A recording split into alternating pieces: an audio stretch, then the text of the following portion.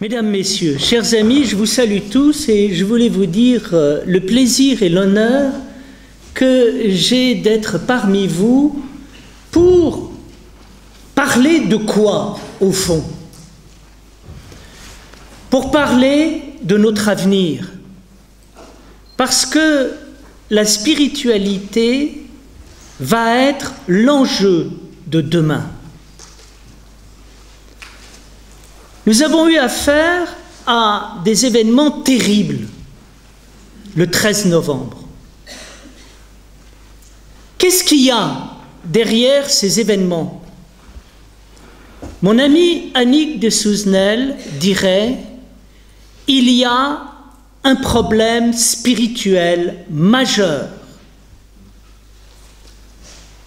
C'est la différence qu'il peut y avoir entre un monde qui est intériorisé, spiritualisé, et un monde qui n'est pas spiritualisé et intériorisé.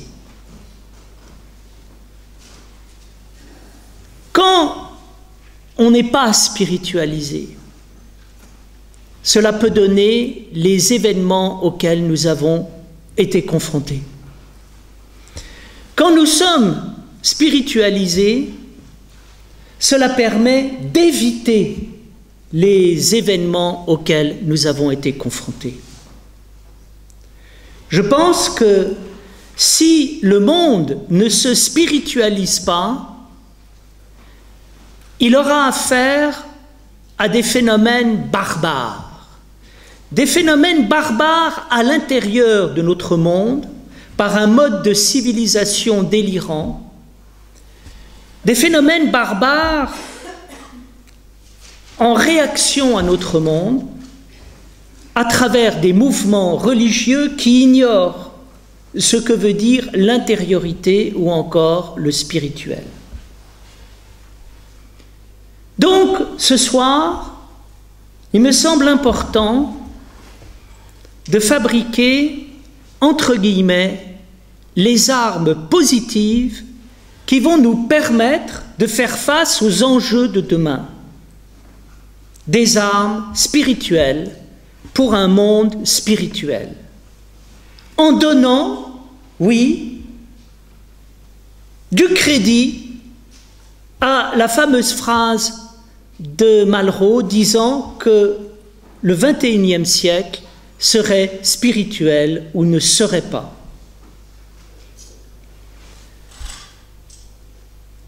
Pour vous parler du spirituel, je voudrais dans un premier temps revenir sur la situation qui est la nôtre. Et puis, sur la définition du spirituel, de l'esprit, de la spiritualité. Et puis, sur ce que j'ai appelé les trois visages de la spiritualité. Trois visages qui récapitule ma propre expérience en la matière. En premier plan, il s'agit d'apercevoir que nous vivons dans un monde qui a une attitude paradoxale à l'égard de la spiritualité. Pourquoi? Premier point, nous assistons aujourd'hui dans notre société à une soif spirituelle.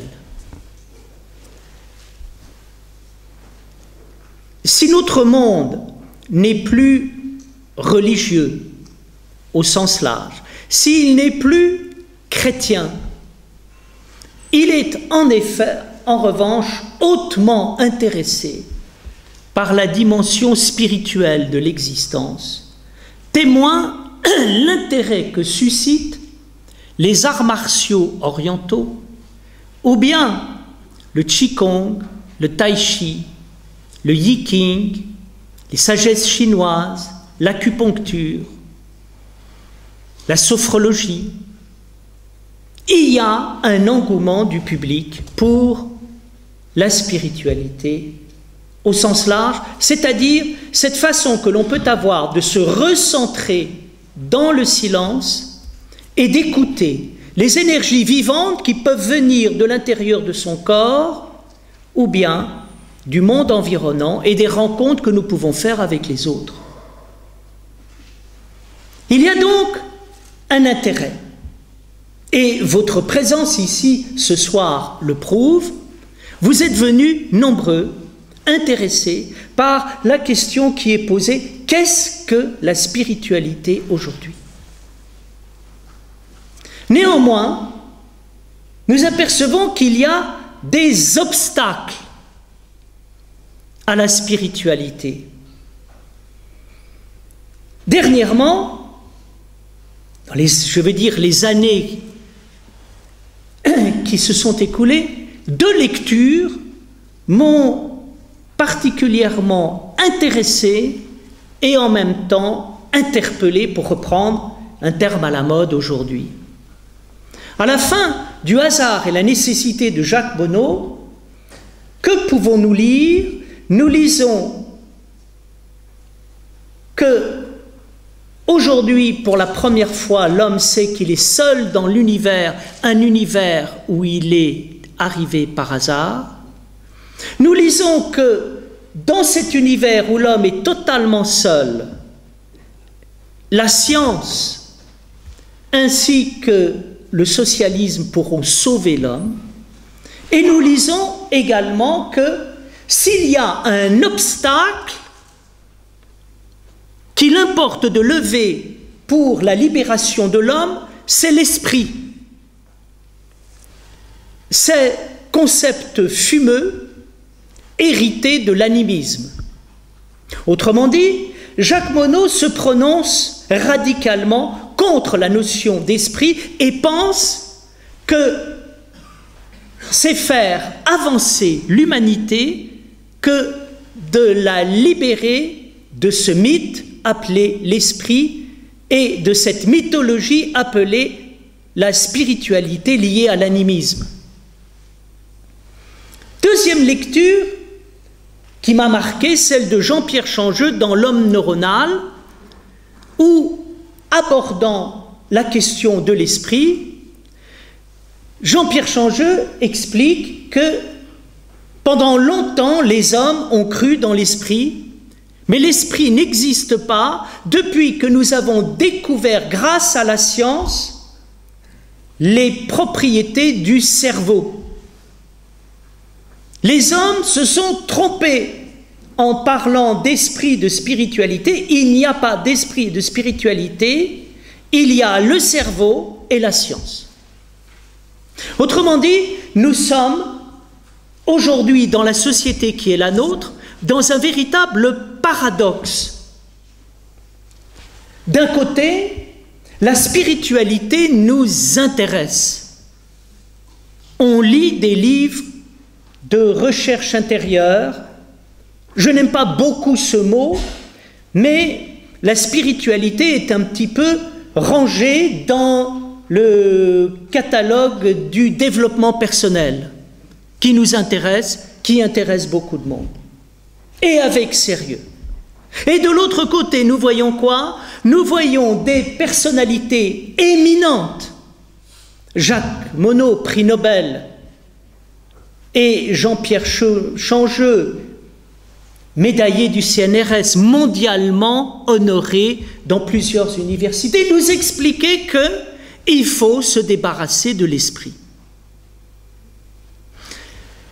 Bien sûr,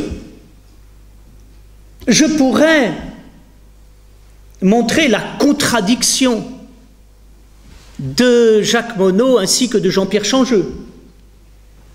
Il s'avère que ceux qui nous expliquent que l'esprit est un mythe, bien, ont un peu d'esprit pour pouvoir ainsi se débarrasser de l'esprit. Si l'esprit était véritablement un mythe et n'existait pas, il ne pourrait même pas s'en débarrasser. Mais ce n'est pas ça qui me paraît important. Ce qui me paraît important, c'est d'essayer de comprendre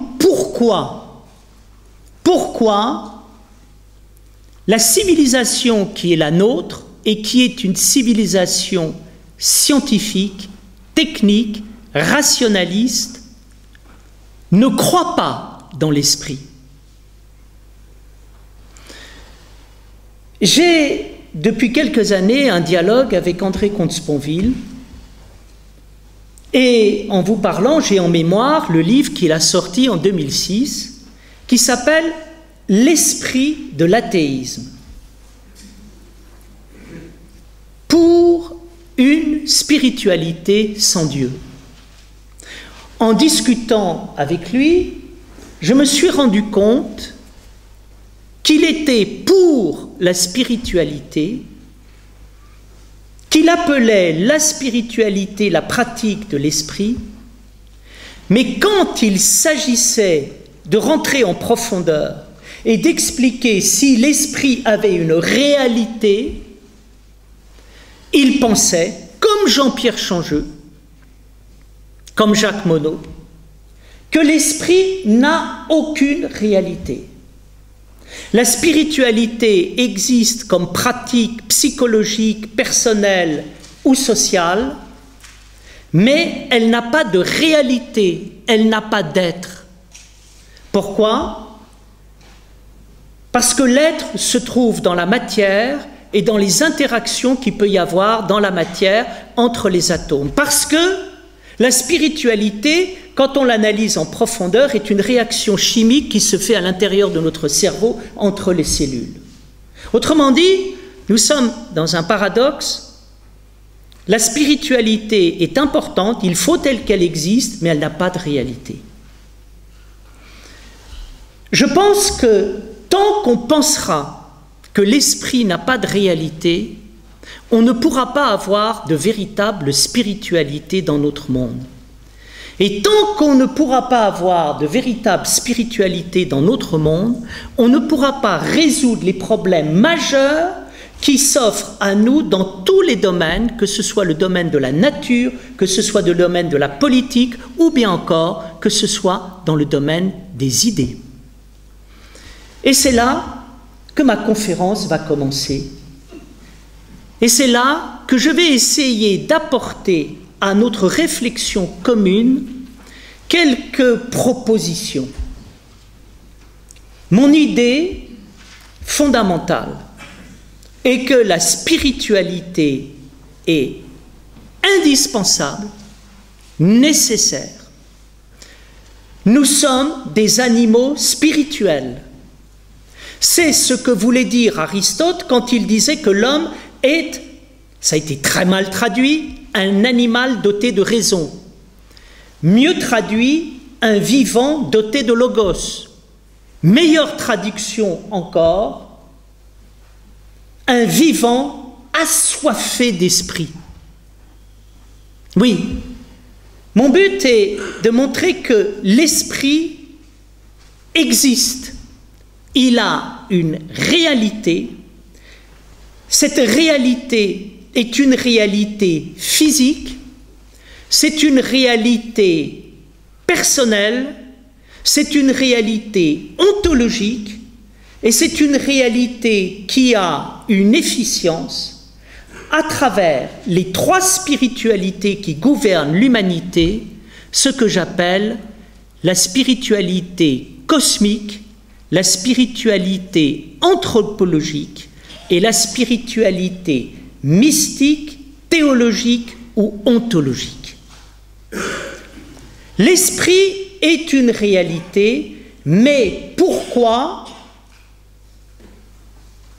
cette réalité qu'est l'esprit nous échappe totalement? Il n'y a qu'une seule réponse à cela. L'esprit ne se comprend pas si on ne vit pas. La spiritualité est une expérience qui renvoie à une réalité qui s'appelle l'esprit, laquelle est une réalité vivante.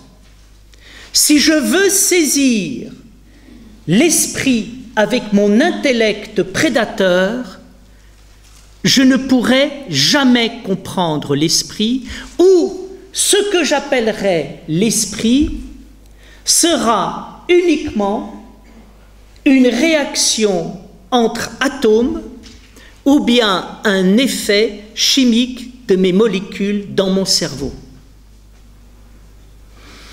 Qu'est-ce qui me fait dire que l'esprit est une réalité? Ce qui me fait dire que l'esprit est une réalité, c'est ce que j'expliquais ce matin à mes élèves d'Hippocagne, à Orléans, en faisant un commentaire de Parménide et de la différence qu'il peut y avoir entre l'être et le non-être. Qu'est-ce que c'est que l'être? L'être, c'est la réalité substantielle qui se trouve derrière les phénomènes, réalité qui a été, qui est et qui sera.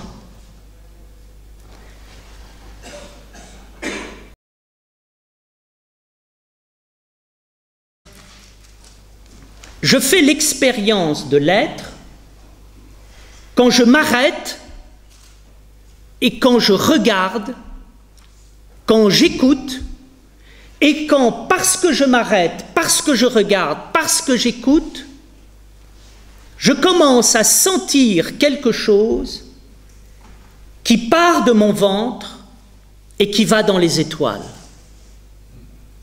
Nous avons tous fait l'expérience de ce qu'on appelle le temps suspendu, les parenthèses sublimes de l'existence, où tout d'un coup, l'essentialité de la vie vient à nous et se révèle d'une manière éblouissante et fulgurante.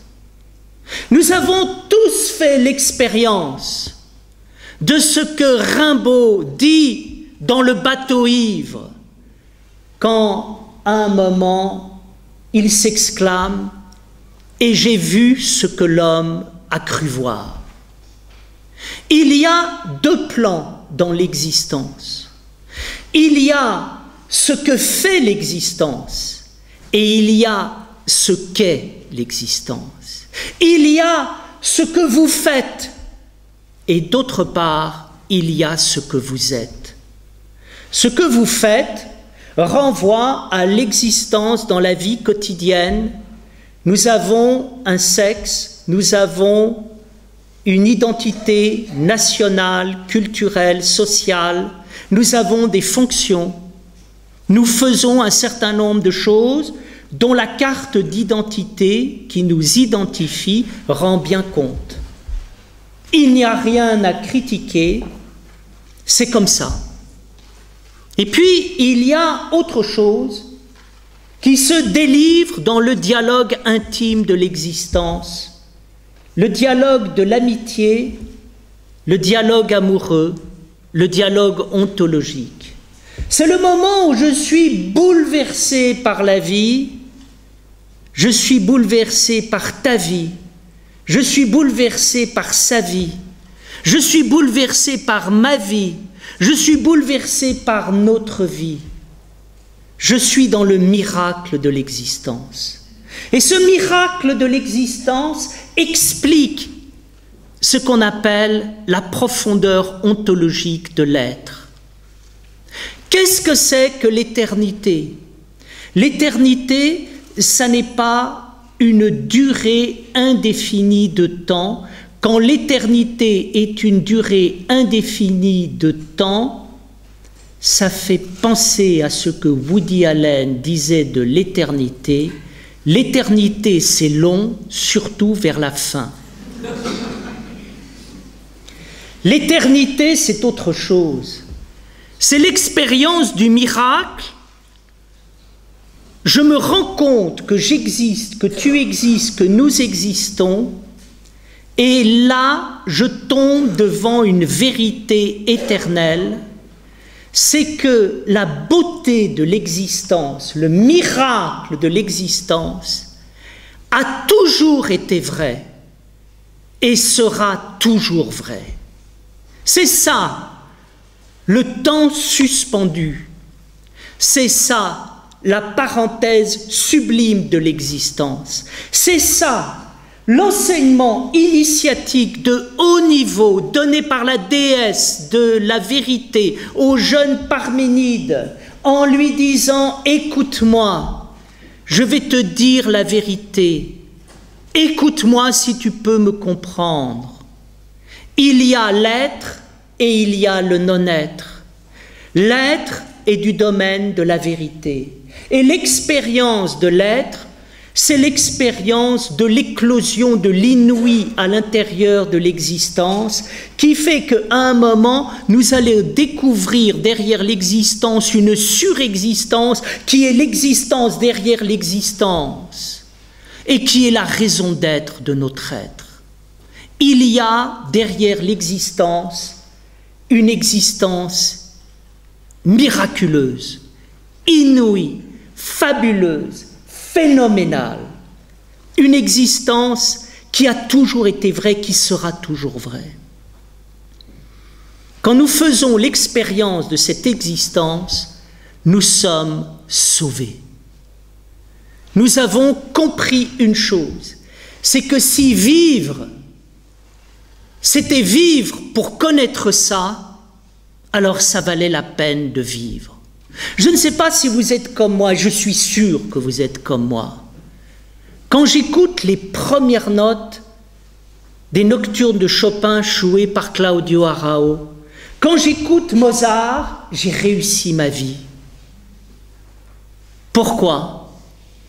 C'est tellement beau que c'est plus du Mozart, que c'est la vie. Et je me dis, et dire que tu as été digne de pouvoir vivre ce moment où tu vois non pas ta vie, mais tu as vu la vie.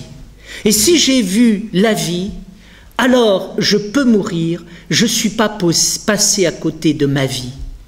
Réussir sa vie, c'est passer de ma vie à la vie, à travers cette rencontre inouïe avec la vie. Et ce qui est beau, c'est que dès qu'on a commencé à en faire l'expérience une fois, il est possible de la faire une autre fois. Et on se rend compte quoi? On se rend compte à cette occasion de ce que c'est que l'esprit. Contrairement à Jacques Monod, j'aime beaucoup l'animisme. Et contrairement à certains auteurs chrétiens, j'aime beaucoup le paganisme. Pourquoi? Parce que je suis animiste et païen. Pourquoi je suis animiste et païen? Parce que je suis honnête. Quand je vais au sport d'hiver et que je vois le matin à 9 h le premier rayon du soleil au sommet de la montagne, dans le ciel bleu foncé, sur la neige blanche, je loue le ciel devant la beauté. Et j'explique à mon moniteur de ski qui n'y comprend rien que là, j'ai la métaphysique, ce que les philosophes ont toujours recherché. Et j'ai vu dans ma vie ce que l'homme a cru voir. J'ai vu la vie. Je suis païen, pourquoi? Et animiste, parce que je ressens le soleil, je ressens la mer, je ressens le sel, je ressens le vent. Et je ressens quoi? Je ressens derrière la nature le miracle de la nature. Je vais au marché, je regarde les fruits et les légumes et je vois les miracles des légumes derrière le marché. Et je regarde les conversations des hommes et je vois leurs visages et j'écoute leurs conversations et je les trouve drôles, je les trouve touchants, mon cœur s'émeut. Je suis dans un monde sensible, infiniment humain, je suis extraordinairement heureux. Et tout d'un coup, miracle, je rentre à l'intérieur d'une église, comme ça m'est arrivé à un moment à Naxos, au milieu du bazar de Naxos. Je vois une porte un peu sombre au milieu du bazar, dans l'agitation. Je rentre, c'est une église orthodoxe, il y a une icône, il y a un cierge devant l'icône. Et tout d'un coup, une profondeur inouïe. Et là, à un moment, c'est pas simplement le soleil et la mer, c'est pas simplement les hommes, c'est autre chose qui vient d'ailleurs.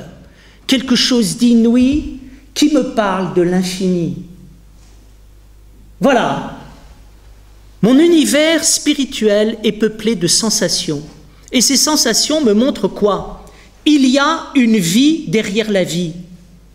Michel Onfray dit, il n'y a pas de vie derrière la vie parce qu'il récite Nietzsche qui dit, il n'y a pas d'arrière-monde.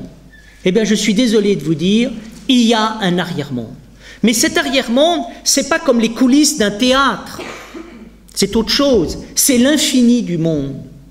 Il y a l'infini du soleil, il y a l'infini de la mer, il y a l'infini des hommes, il y a l'infini de l'Église orthodoxe avec son icône et avec son cierge. Qu'est-ce que c'est que l'esprit? L'esprit, c'est la vie infinie qui a derrière la vie et qui est l'esprit de la vie et qui fait qu'à un moment, dans ma vie, je découvre une deuxième vie.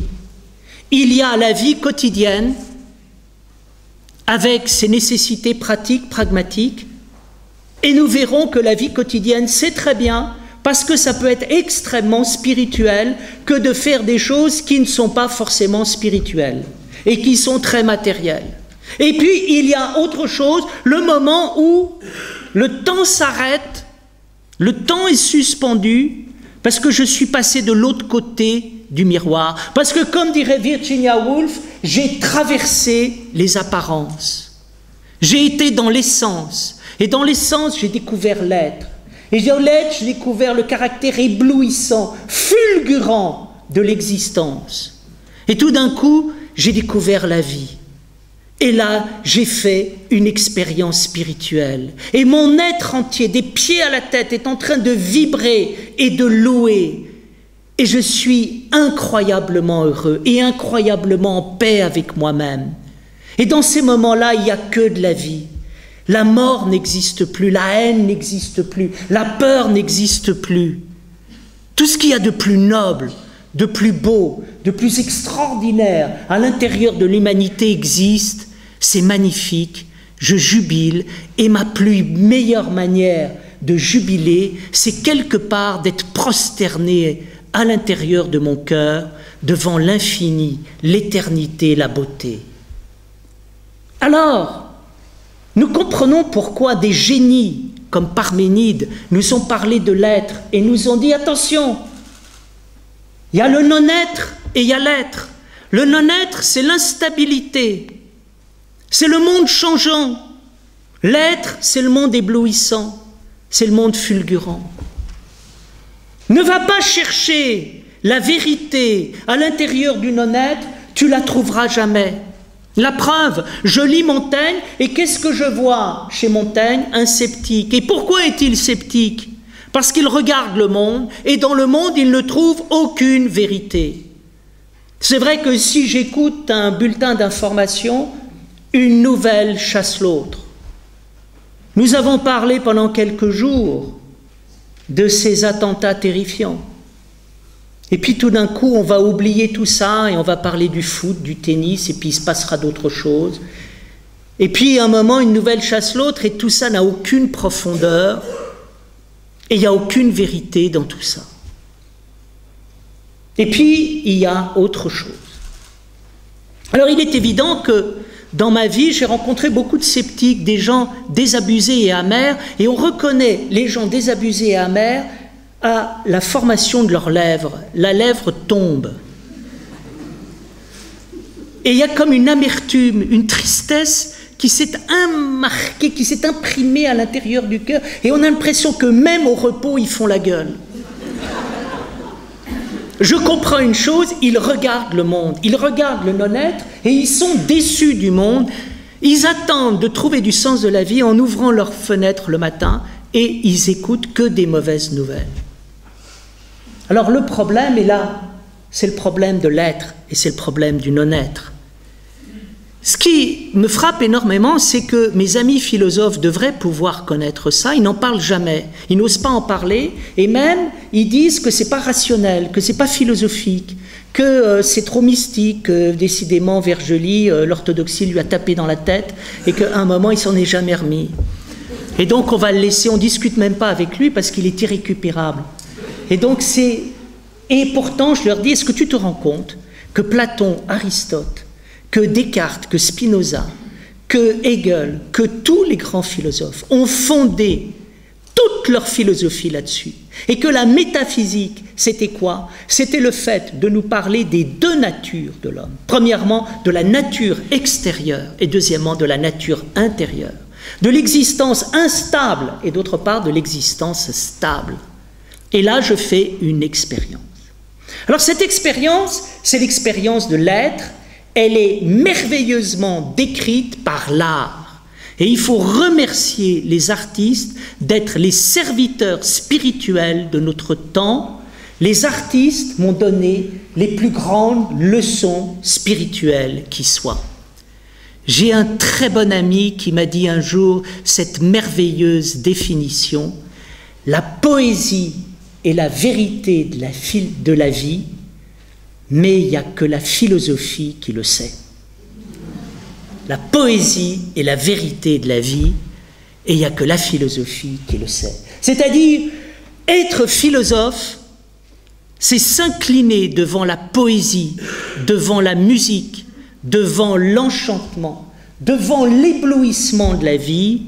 Une leçon de philosophie, c'est ce qui nous doit nous amener vers l'éblouissement merveilleux de l'existence. Cet éblouissement étant la vraie lumière, la lumière étant ce qui éclaire sans aveugler. Et on peut éblouir sans aveugler. Donc, Jean-Pierre Changeux et Jacques Monod, je vous parle de mes ennemis favoris, n'ont rien compris. Pourquoi ils n'ont rien compris? Parce que la science occidentale n'a rien compris. La science était contemplation jusqu'au XVIe siècle. Elle est devenue pouvoir. Nous sommes dans la science pouvoir. Nous ne sommes plus dans la science contemplation. La science contemplation, c'est la science des maîtres spirituels, Platon, Aristote. Mais je pense aussi aux grands soufis, Ibn Arabi, je pense au Bouddha, je pense aux mystiques de la tradition juive hassidique, je pense aux mystiques orthodoxes, à Saint Grégoire Palamas, je pense à ces êtres fabuleux qui nous ont dit la science, c'est ce qui te donne une réponse à ton existence, c'est ce qui te permet d'aller dans le cœur de toi-même et d'avoir vraiment vécu. Aujourd'hui, notre science ne s'intéresse plus à la contemplation, mais au pouvoir que nous pouvons avoir sur les choses afin d'en faire usage pour l'individu que nous sommes. Nous ne sommes pas dans l'homo religiosus dont parle Mircea Eliade dans Aspect du mythe et le sacré et le profane, nous sommes dans Homo economicus dont parle Louis Dumont.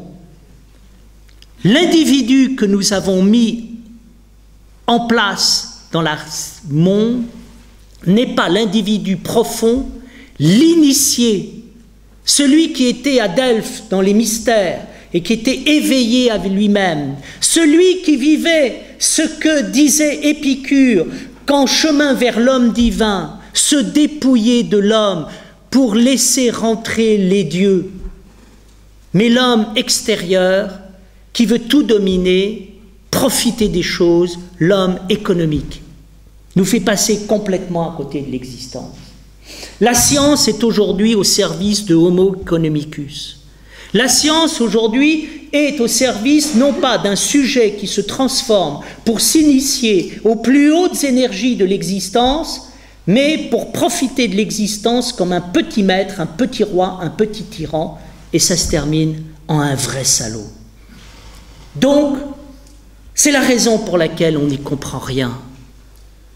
Nous ne pouvons rien comprendre à la spiritualité si nous ne comprenons pas le mystère de l'être. Nous ne pouvons rien comprendre au mystère de l'être si nous restons bloqués au niveau primaire de notre intellect, qui est le sujet qui veut tout dominer pour pouvoir s'approprier le monde et en faire un usage selon ses caprices. Toute tradition initiatique demande de mourir à cet individu-là pour naître à l'homme profond qui est capable d'accueillir ce que Jean Kelevitch appelle dans le je ne sais quoi et le presque rien, le printemps de la vie, avec un cœur de 20 ans et une énergie de 8 heures du matin.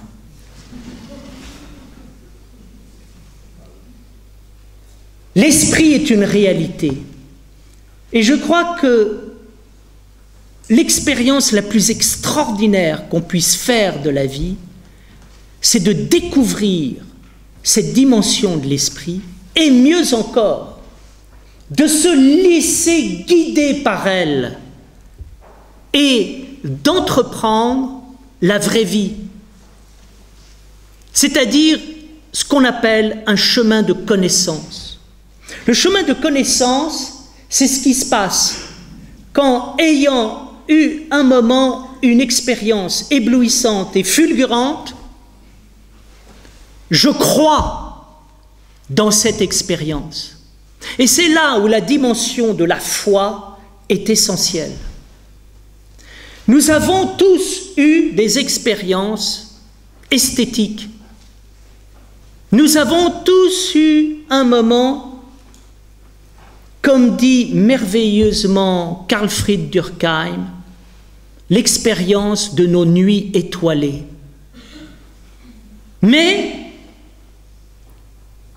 à cause du monde, à cause de notre propre ignorance, nous n'avons pas donné crédit à cette expérience fondamentale. Qu'est-ce que c'est qu'un homme de connaissance?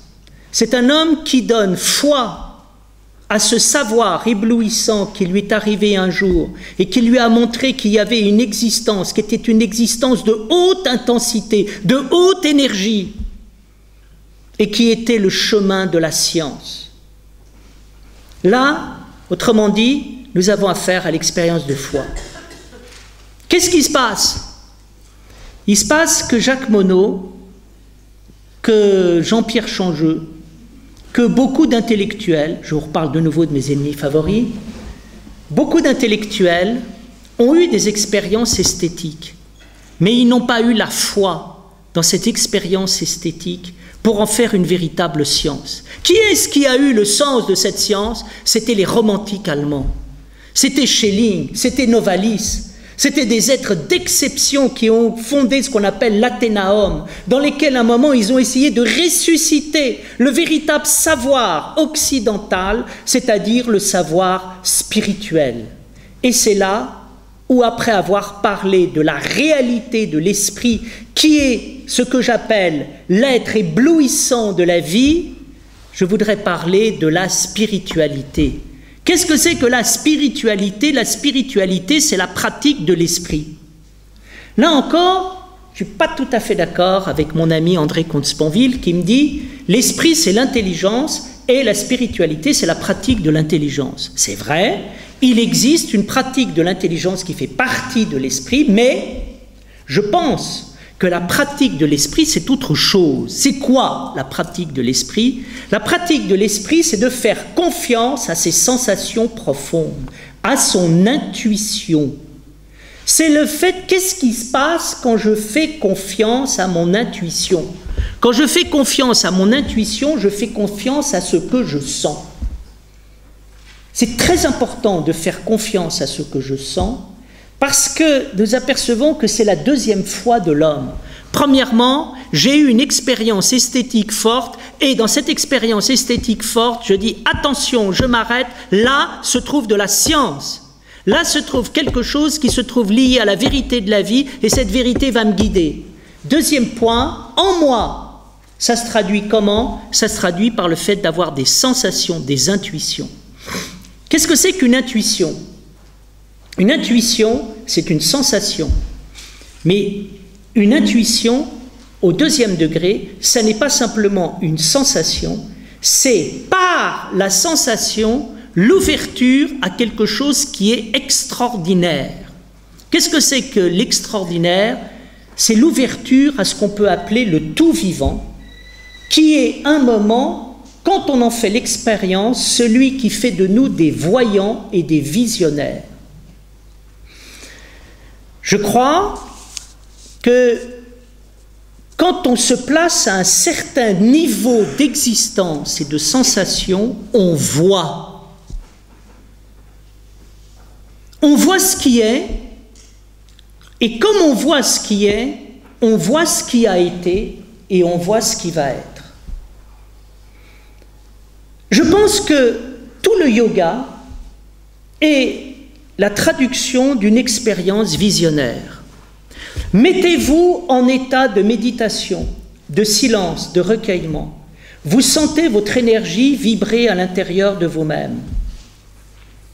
Abordez autour de vous les êtres ou les événements avec cette expérience d'énergie profonde qui se trouve à l'intérieur de votre corps. Vous allez rentrer en contact avec l'énergie qui se trouve chez les autres et vous allez voir ce qui va et ce qui ne va pas. Il s'avère que, en état de méditation, les yogis ont vu des centres énergétiques qu'on appelle les chakras et qui se trouvent à l'intérieur du cœur et du corps. Et ils ont vu quoi?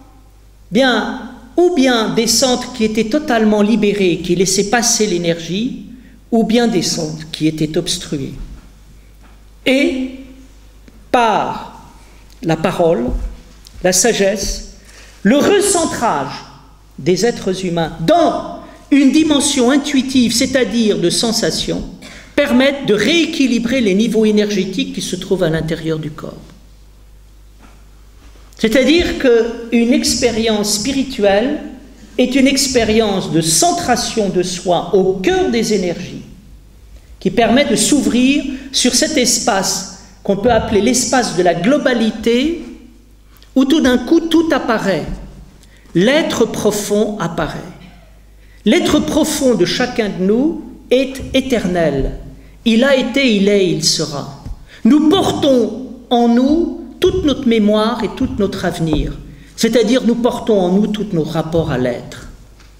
Et là, nous faisons une expérience spirituelle. Je dirais qu'en petit, nous faisons cette expérience spirituelle 10 fois par jour. Dans les rencontres que nous avons avec nos semblables, nous sentons les bonnes ondes ou les mauvaises ondes. Nous sentons des gens en place ou nous voyons des gens qui ne sont pas en place. Nous voyons des gens qui sont centrés ou des gens qui ne sont pas centrés. Et qu'est-ce qui se passe? Nous essayons, en tant que professeurs, d'aider les gens à se concentrer, à revenir au centre. Revenir au centre, c'est quoi? C'est se souvenir du miracle de la vie. C'est se souvenir de la grâce que l'on peut avoir de vivre. Je crois qu'il y a là quelque chose de tout à fait extraordinaire, qui est de l'ordre de la médecine de l'âme et qui fait qu'à un moment, nous pouvons devenir le prochain les uns des autres, le médecin des uns des autres. Je crois qu'on a eu de très mauvaises interprétations à propos du prochain, c'est-à-dire des interprétations qui sont moralisantes et assommantes. Qui est le prochain, le bon samaritain? C'est le médecin. Aime le médecin qui se trouve à l'intérieur de toi-même. Aime le médecin qui se trouve dans la vie. Pratique dans la vie cette vision médicale qui fait qu'à un moment tu vas voir l'autre. Si tu vois l'autre, tu vas voir l'autre dans sa beauté, mais en même temps parfois dans sa détresse. Et tu vas pouvoir énergétiquement l'aider à se recentrer. Nous avons... Je veux dire, le bon samaritain, ce n'est pas une pub de la part du Christ pour les ONG. C'est ce que c'est devenu. C'est-à-dire, au fond, un appel à des associations philanthropiques et à de l'humanitaire. Je respecte infiniment l'humanitaire, bien évidemment, c'est des gens remarquables. Ils ont complètement intériorisé cela. Mais il faut comprendre ce que veut dire une expérience spirituelle. Rentrer dans l'esprit. Se laisser habiter par l'esprit et par là même aller au-delà. Dans notre expérience quotidienne, l'esprit, c'est le salut. L'expérience du salut. L'expérience du salut, pourquoi? Parce que je pense qu'il est important de donner du crédit à deux petites expressions, trois petites expériences. Premièrement, l'esprit et la lettre. Deuxièmement, l'esprit et la loi. Et troisièmement, l'esprit et l'humour. Qu'est-ce qui terrifie aujourd'hui le monde? Ce sont les terroristes. Qu'est-ce qui caractérise les terroristes? Ce sont des fondamentalistes. Qu'est-ce que c'est qu'un fondamentaliste? C'est quelqu'un qui prend la lettre divine à la lettre et qui ne veut pas interpréter. Saint Paul dit, la lettre tue, l'esprit vivifie. Qu'est-ce que c'est que la lettre? La lettre, c'est la même chose que l'enfermement de la réalité au premier degré de la réalité. Qu'est-ce que c'est que l'esprit? L'esprit, c'est le fabuleux qu'il y a derrière l'existence apparente. Quand je ramène l'esprit à la lettre, je tue l'esprit. Il s'avère que dans l'existence, il y a des mondes, il y a une richesse débordante. Et il s'avère que nous sommes tous en train de prendre le monde à la lettre et de tuer, sans le savoir, les mondes fabuleux qu'il y a derrière la lettre. Nous apercevons que les hommes religieux qui ont reçu la parole divine devraient voir les choses avec les yeux de l'esprit. Et ils devraient voir l'infini qui existe dans toute chose. Il s'avère que ces hommes ramènent tout à la lettre. Pourquoi? Parce qu'ils sont encore dans leur ego, parce qu'ils sont encore dans leur enfance, parce qu'ils sont encore en train de s'agripper, parce qu'ils ont peur, parce qu'ils sont non évolués, et parce que la tragédie du monde vient de ce qu'on appelle la bêtise. La bêtise, c'est l'incapacité de voir la vie derrière la vie, l'infini derrière le fini, le miracle derrière l'existence. C'est l'incapacité d'une vision spirituelle des choses. Ce qui caractérise un terroriste, c'est que ce type est incroyablement bête. Mais on dit souvent que la bêtise donne une certaine idée de l'infini. Bien, je dirais que le terroriste nous donne une certaine idée de l'infini. Il est invraisemblablement bête. Et cette bêtise, nous l'avons rencontrée autour de nous, parce que des terroristes, il n'y en a pas qu'au Bataclan, il y en a partout. Il y a des gens qui tuent la vie. Pour ça que Stendhal disait, on n'a pas le droit d'ennuyer. C'est un crime d'ennuyer. On n'a pas le droit de dire des banalités. C'est un crime de dire des banalités. Les Juifs sont extraordinaires pour ça. Pourquoi? Parce qu'ils nous enseignent à interpréter en permanence la Bible pour nous dire, attention, le sens que tu crois avoir trouvé n'est rien par rapport au sens qui est. Et dans la tradition orthodoxe, nous parlons de la théologie négative qui nous dit qu'à un moment, comme dit Denis l'Aréopagite, Dieu est tellement vivant que c'est peu dire qu'il est vivant. Qu'est-ce que c'est qu'un homme religieux? Un homme religieux, c'est un homme de l'esprit, c'est un homme de la vie, c'est un homme qui pense que les choses sont tellement vivantes et que Dieu est tellement vivant que c'est peu dire que Dieu est Dieu. Et puis, d'autre part, nous avons affaire à l'invraisemblable bêtise qui, à un moment, ramène les choses à la lettre. Et là, c'est là où nous voyons ce qu'on appelle le combat spirituel. Et nous comprenons pourquoi, à un moment, des êtres comme Socrate ou des artistes ou des poètes ont payé de leur vie le fait, à un moment, d'ouvrir le monde vers l'interprétation infinie. Parce qu'effectivement, ils se sont heurtés aux forces de l'obscurité. Et l'obscurité n'a pas de frontières. Elle est à gauche, elle est à droite, elle est croyante, elle est non croyante. Elle est partout. Mais l'esprit aussi est partout. Et qu'est-ce que c'est que vivre? Vivre, c'est aller de la lettre à l'esprit. Même chose avec la loi. Il y a la loi et il y a l'esprit de la loi. Nous apercevons quoi? Que la véritable loi se trouve dans l'esprit de la loi qui est au-delà de la loi. La loi est un cadre de travail qui permet à un moment le jugement et derrière le jugement, la relation d'un homme aux actions d'un autre homme. Relation d'un homme par rapport aux autres hommes, pourquoi? Pour remettre l'homme dans l'axe et lui permettre d'aller dans la vie. Les Juifs disent, le véritable nom de la Torah, c'est la vie. La Torah, c'est une loi de vie. Et il n'y a que la vie. Et qu'est-ce que c'est que la loi? C'est d'être dans la vie. Donc qu'est-ce que c'est que la vie? La vie, c'est l'expérience de gens qui ont perdu le contact avec la vie. Et qu'est-ce que c'est qu'à un moment, le jugement véritable? C'est remettre les gens dans la vie. Mais il y a ceux qui jugent bien et qui remettent les choses dans la vie, et d'autres qui jugent mal et qui mettent les gens dans la mort. Et donc, c'est la bêtise profonde de la condamnation à mort. C'est la bêtise profonde de la peine de mort. Dans l'Église orthodoxe, j'ai entendu cette belle parole qui dit « L'important, ce n'est pas de condamner le pécheur, c'est de condamner le péché. L'important, ce n'est pas de tuer le criminel, l'important, c'est de tuer le crime. L'important, c'est pas de mettre les gens dans la mort, l'important, c'est de mettre les gens dans la vie. » Je faisais un cours à mes élèves sur la peine de mort au moment des attentats. Et je leur ai dit, quand on analyse les choses d'une manière rigoureuse, on s'aperçoit quoi? Aucun des arguments en faveur de la peine de mort ne tient. Ça ne paye rien, ça ne répare rien, et ça n'est absolument pas exemplaire. Mais les politiques aussi doivent être à la hauteur. Et tout ce qui a été fait, il ne suffit pas de supprimer la peine de mort pour supprimer la peine de mort. Encore faut-il mettre les gens dans la vie. Or, est-ce qu'on met les gens dans la vie? Non.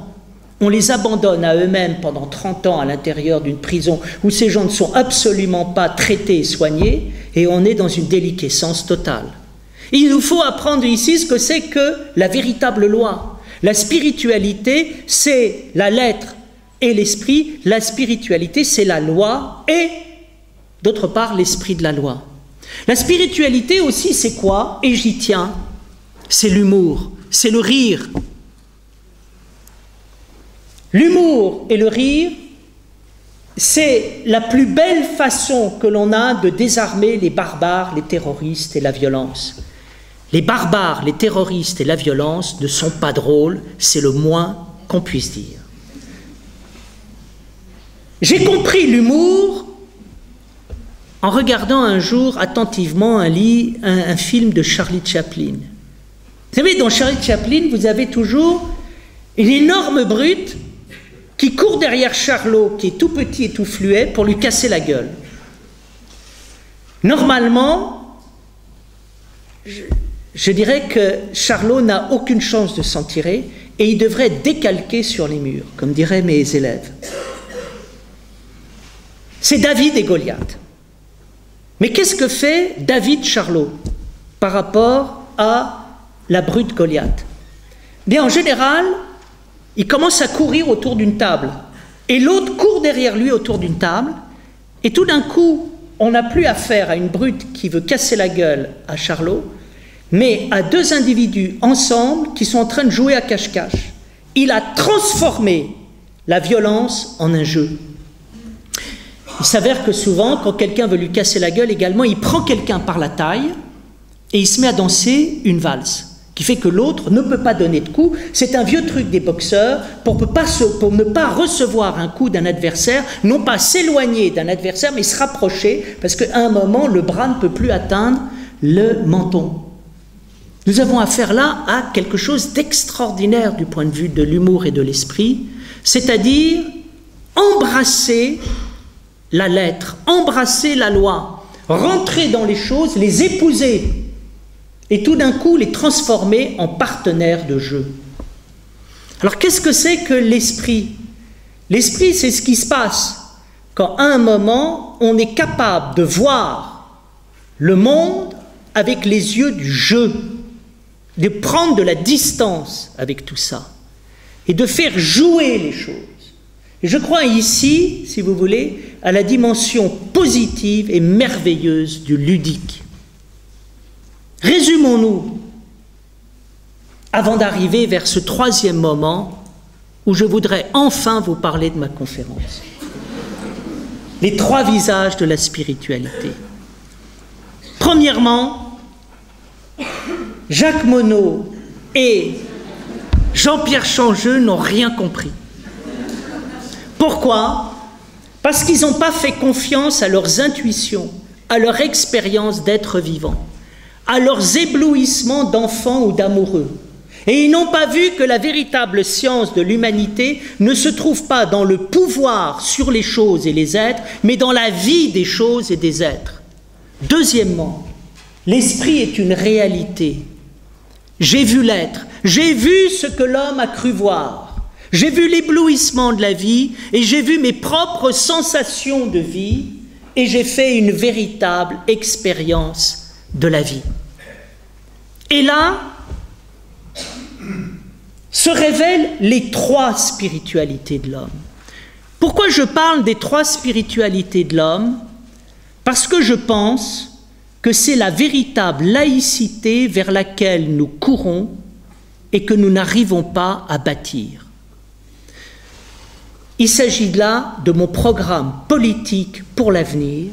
Je n'ai absolument pas l'intention de me présenter à aucune élection, mais simplement, je voudrais faire remarquer qu'actuellement, on s'y prend très mal pour résoudre le problème dans notre monde de la cohabitation entre la modernité, la religion, les religions. Pourquoi? Parce qu'on est dans le négatif, on n'est pas dans le positif. On est dans une laïcité sans amour. On est dans une laïcité de façade.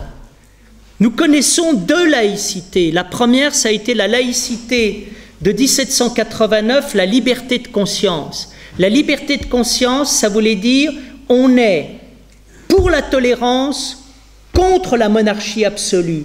Donc on n'est pas tant tolérant que totalement intolérant à la monarchie absolue, donc tolérant à la tolérance, c'est-à-dire on est dans une tolérance négative. Ensuite, qu'est-ce qui s'est passé? On a eu une deuxième laïcité, qui est la séparation de l'Église et de l'État. Alors là, on ne s'en sort plus, parce qu'aujourd'hui, on a tendance à confondre la séparation de l'Église et de l'État avec la séparation entre la religion et la société. Que les prêtres ne soient pas des agents de police et que les agents de police ne soient pas des curés, je m'en félicite. Mais que sous prétexte de ne pas respecter la liberté de conscience, on interdise quelque part toute expression publique de la religion en montrant que c'est quelque chose qui est une insulte à la laïcité, me paraît une erreur profonde. Je voudrais ici introduire autre chose qui permettrait de nous réconcilier, qui permettrait d'unir nos forces. Et c'est ce que j'appelle les 3 spiritualités. La spiritualité du cosmos, la spiritualité de l'anthropos et la spiritualité du théos.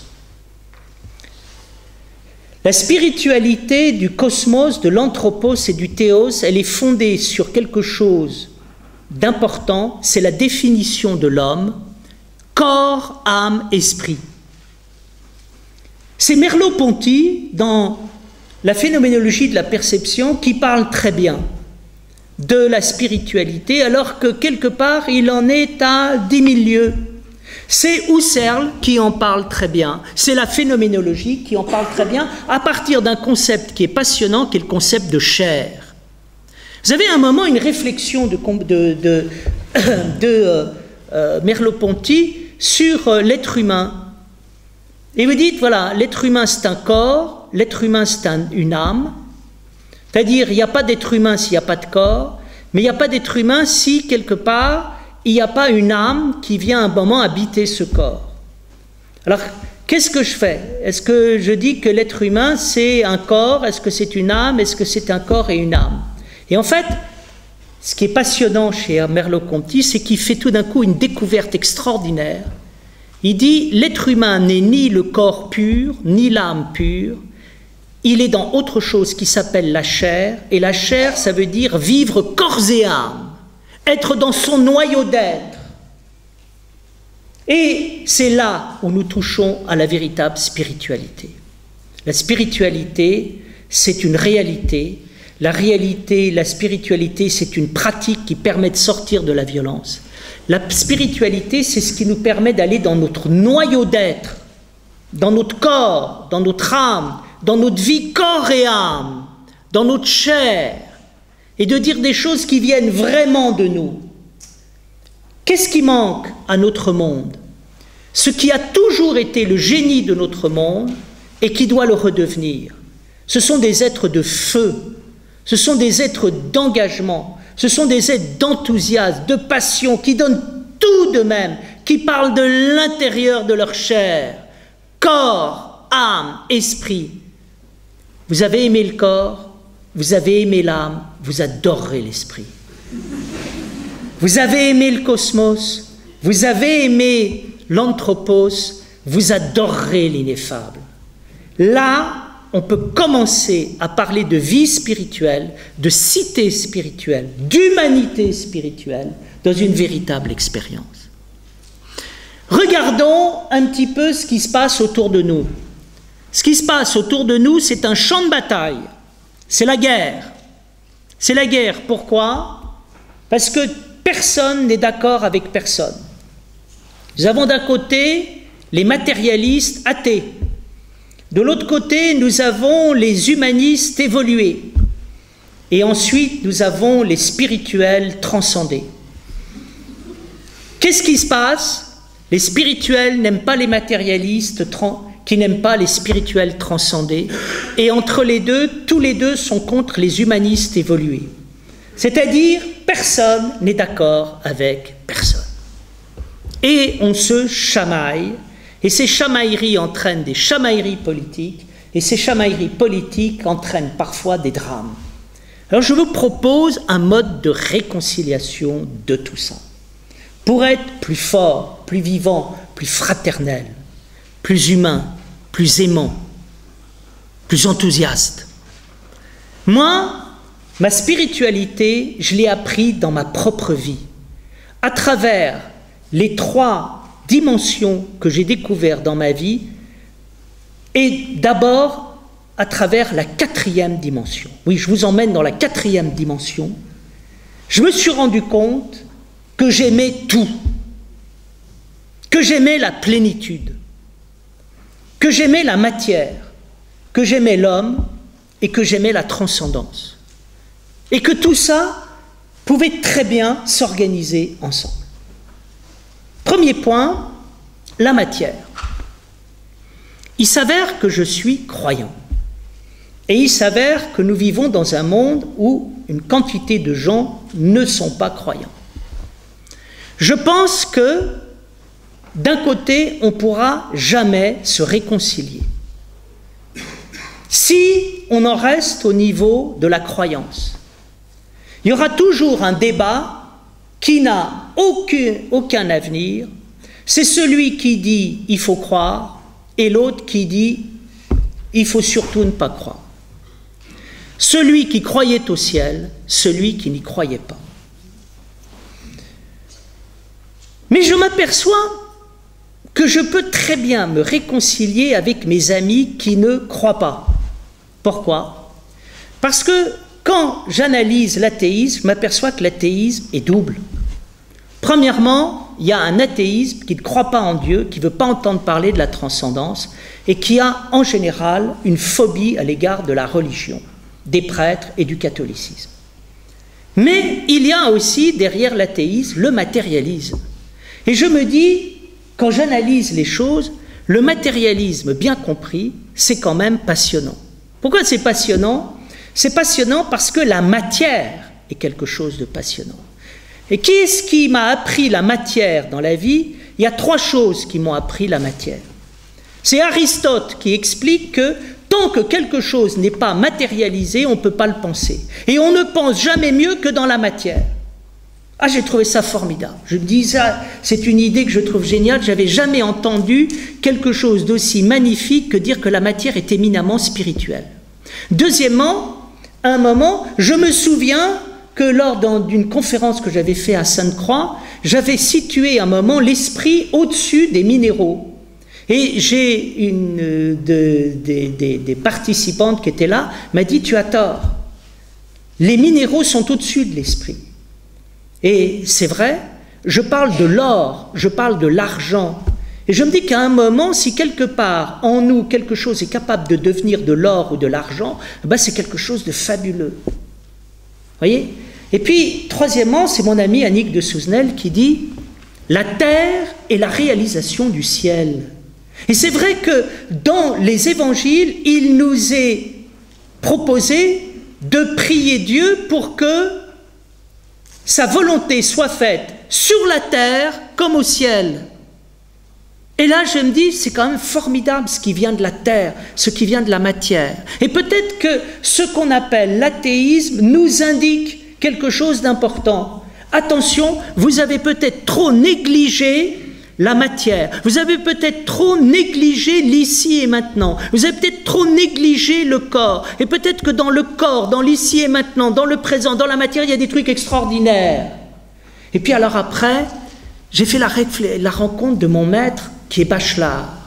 Et Bachelard, il y a quelque chose qui m'a enchanté. C'est vraiment un penseur qui m'a enchanté, qui m'enchante toujours, bien que je ne sois absolument pas d'accord avec lui, mais c'est pas grave.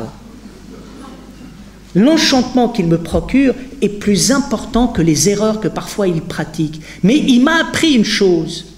Il m'a appris à respecter le feu, l'air, la terre, l'eau, les éléments. Et il m'a dit, les éléments sont les vecteurs de l'imagination poétique et de la création. Et puis, j'ai connecté ça avec mon expérience du soleil l'été en Grèce, de la neige en hiver, en été, et je me suis dit, mais au fond, je suis totalement matérialiste et païen. J'adore le soleil, j'adore la mer, et je suis très proche du polythéisme grec. Quand je me promène dans une forêt, quelque part, Diane chasseresse n'est pas loin. Quand je regarde le soleil, quelque part, Apollon n'est pas loin.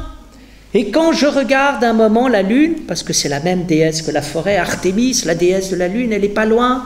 Et je me dis, je fais des expériences énergétiques au contact du soleil, de la mer, de l'air, de la mythologie grecque, et tous ces gens ressentaient des énergies dans la nature, mais c'est fabuleux.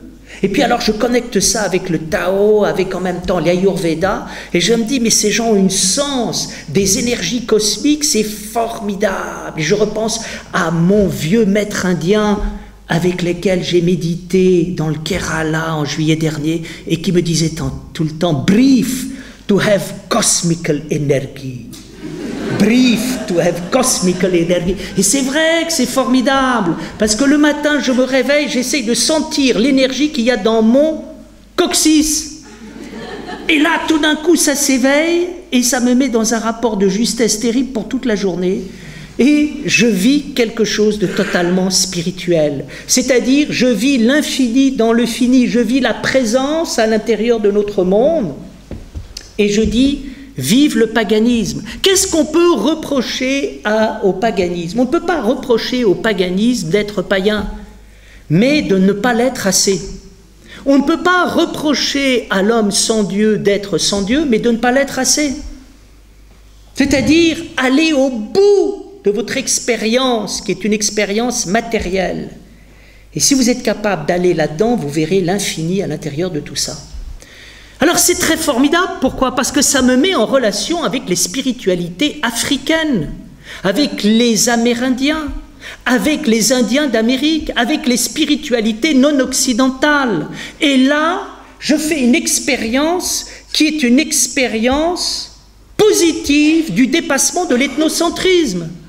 Nous sommes, depuis les années 50, dans la repentance. Claude Lévi-Strauss va dans les tropiques, il écrit Tristre tropique, et il écrit un livre triste.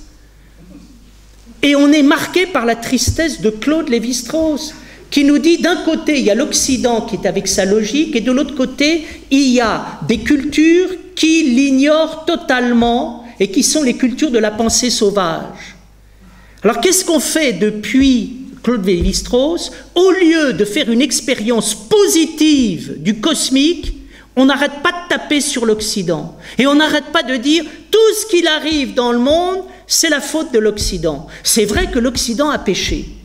Mais je trouve que ceux qui tapent sur l'Occident sont dans une culpabilité judéo-chrétienne qui me pose problème. Arrêtons de culpabiliser l'Occident de tout ce qu'il a fait et ayons une expérience positive. Puisqu'on parle de mondialisation, puisqu'on parle d'ouverture aux autres cultures et aux autres spiritualités, eh bien, il y a quelque chose que l'on peut partager avec les Africains, avec les Indiens, avec les Chinois, avec les Amérindiens, c'est le sens cosmique de la vie. Et là, ils ont des choses à nous apprendre. La COP 21 s'ouvre dimanche. Est-ce que ça va être une expérience positive? Je l'espère. En tout cas, c'est déjà un gros bordel en annonce. Ce qui m'intéresse, c'est que j'aimerais qu'on parle de la nature. Va-t-on parler de la nature? Va-t-on parler du cosmos? Va-t-on parler de l'homme cosmique? Ou va-t-on uniquement prendre des mesures punitives à l'égard des grandes entreprises pour qu'elles arrêtent de polluer? Voilà, ça c'est un vrai problème. Première spiritualité, le cosmos, l'homme cosmique, les sensations matérielles, le fait qu'à un moment, nous nous retrouvons devant la matière. Comte Sponville dit, les croyants et les non-croyants peuvent se retrouver devant l'homme. Et moi je dis, les croyants et les non-croyants peuvent se retrouver devant le soleil, la lune, l'univers. Et c'est déjà pas mal. Deuxièmement, il y a une deuxième spiritualité que j'aime beaucoup, c'est la République, la cité. Je suis un enfant de la République, de la culture républicaine, de la rationalité. Je respecte profondément l'héritage de la modernité, de ceux qui ont voulu qu'on pense rigoureusement, de ceux qui ont voulu donner un bagage citoyen aux hommes avec des droits, de cette construction politique rationnelle. Je pense que j'ai la même expérience que vous. Quand j'ai affaire à des esprits qui ne pensent pas, qui pensent mal ou qui pensent faux, ben quelque part ça m'énerve. Et qu'est-ce que c'est? Quel plaisir d'avoir affaire à des gens qui pensent bien, juste. C'est-à-dire c'est cohérent. Donc je crois qu'il y a ici une spiritualité de la science. Et Bachelard comme Descartes sont d'accord avec cette spiritualité de la science. Ils disent quoi? L'esprit est bien fait. Et qu'est-ce que c'est que la vie spirituelle? C'est lever les obstacles qui empêchent à la lumière naturelle de pouvoir s'exprimer. Eh bien, Bachelard nous dit quoi? La science est une spiritualité parce que la science est une psychanalyse permanente contre les obstacles qui nous empêchent de penser et qui permettent de libérer à l'intérieur nous notre lumière. J'aime la civilisation, j'aime la culture. La culture, c'est le fait d'avoir soin de la vie. Et la cité, c'est l'application du soin de la vie à la cité, c'est la politique, c'est une expérience spirituelle.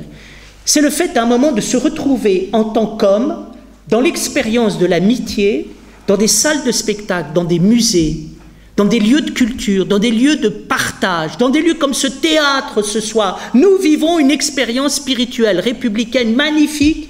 La France nous accueille, ce théâtre nous accueille, nous sommes tous ensemble, nous essayons de devenir un peu plus intelligents, ça va être difficile avec moi, mais bref, vous vous accrochez quand même, vous tolérez mes bêtises et je vous en remercie énormément, mais qu'est-ce qui se passe? Mais on est dans des trucs formidables, c'est complètement spirituel. Je me souviens un jour avoir expliqué que la spiritualité laïque était une spiritualité. C'est-à-dire la cité, la culture, l'opéra, le cinéma, le théâtre, les romans, les bibliothèques, les lieux de rencontre, les conférences, les débats, les réseaux, la communication. Formidable, j'adore, formidable, surtout que ça ne s'arrête pas. C'est génial, c'est les moments où les gens se rencontrent. Moi je me dis, j'ai fait des expériences métaphysiques en écoutant des conversations dans des cafés, en captant une musique au hasard. Vous rentrez dans un lieu, vous écoutez cette musique, vous dites, mademoiselle, il faut immédiatement que vous me donniez le titre de ce livre, de ce disque fabuleux, parce que je ne peux plus vivre sans ça. C'est absolument extraordinaire.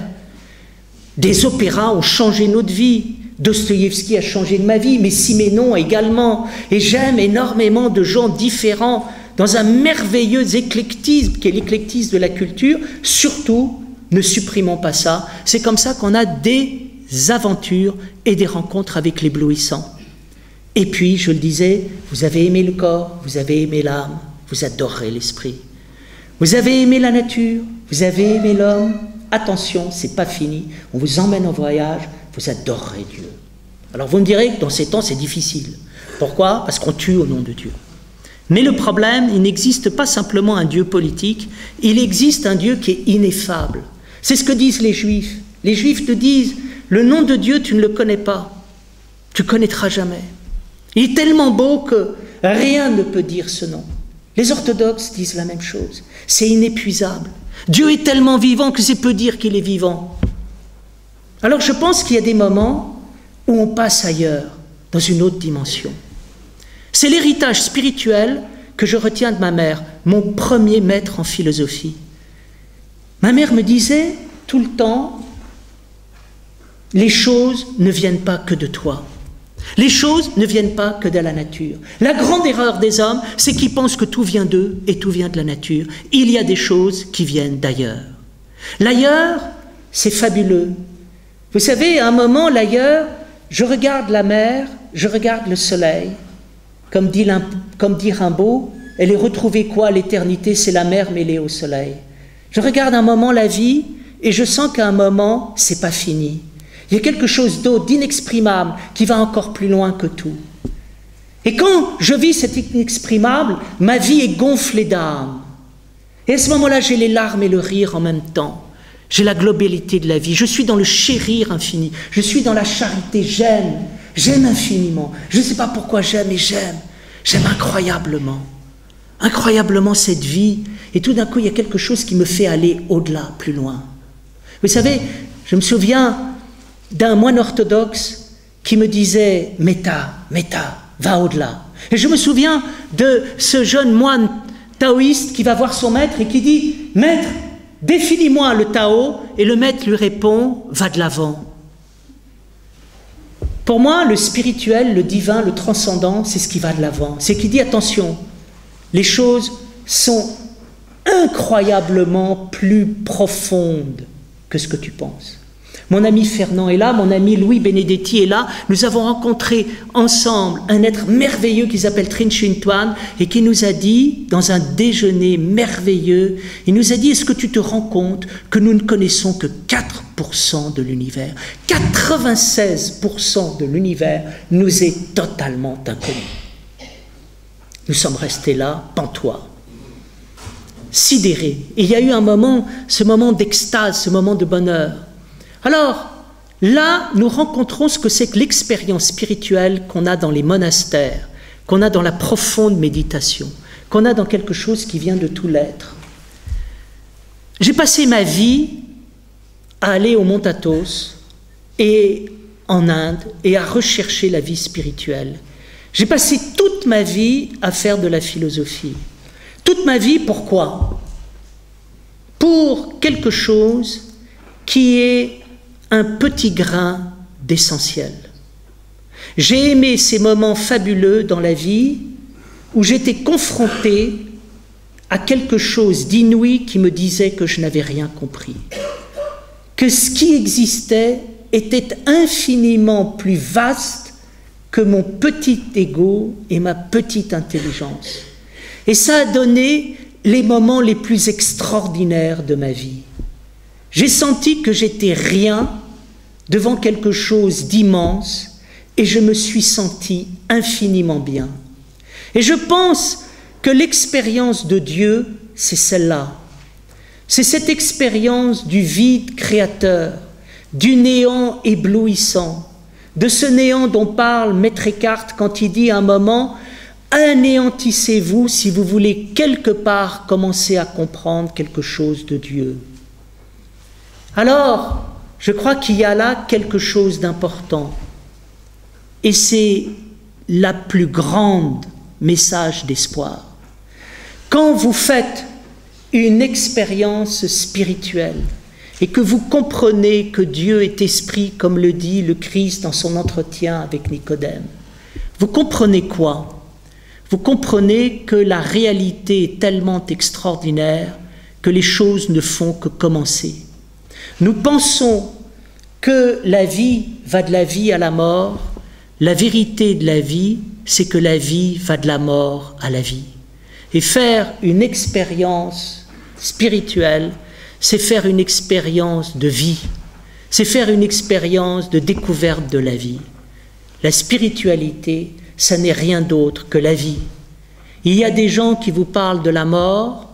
Être spirituel, c'est parler de la vie. Le 21e siècle sera un siècle spirituel parce que nous allons désormais parler de la vie. Merci.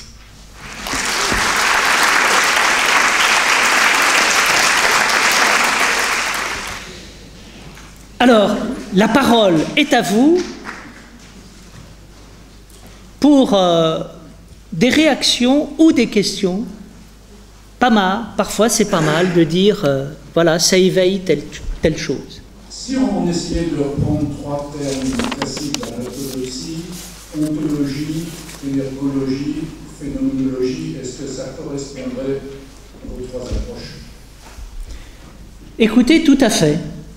C'est-à-dire, vous avez le cosmique qui renvoie à l'expérience de l'énergie, vous avez le phénoménologique qui renvoie au vécu humain, et puis vous avez l'ontologique qui nous amène dans l'être et qui nous amène au-delà. Nous sommes tout à fait d'accord. L'intérêt de la Trinité ou de la triade, c'est que c'est une structure ouverte, ça n'est ni l'un ni le deux. L'un, donc, si vous voulez, c'est l'ineffable, le deux, c'est la vie, c'est le concret, et ce n'est ni l'un ni l'autre. Voilà, tout à fait. Vous voyez, et je crois que cette structure trinitaire est extrêmement précieuse pour aborder les choses. Je me suis aperçu dans ma propre pratique qu'en respectant le corps, l'âme et l'esprit, le cosmos, l'anthropos et le théos, je me suis aperçu d'une chose, c'est que je n'oubliais rien. Et par exemple, vous voyez, ça se voit très bien dans le domaine religieux. Le domaine religieux, la tentation du religieux, ça pourrait être la théocratie.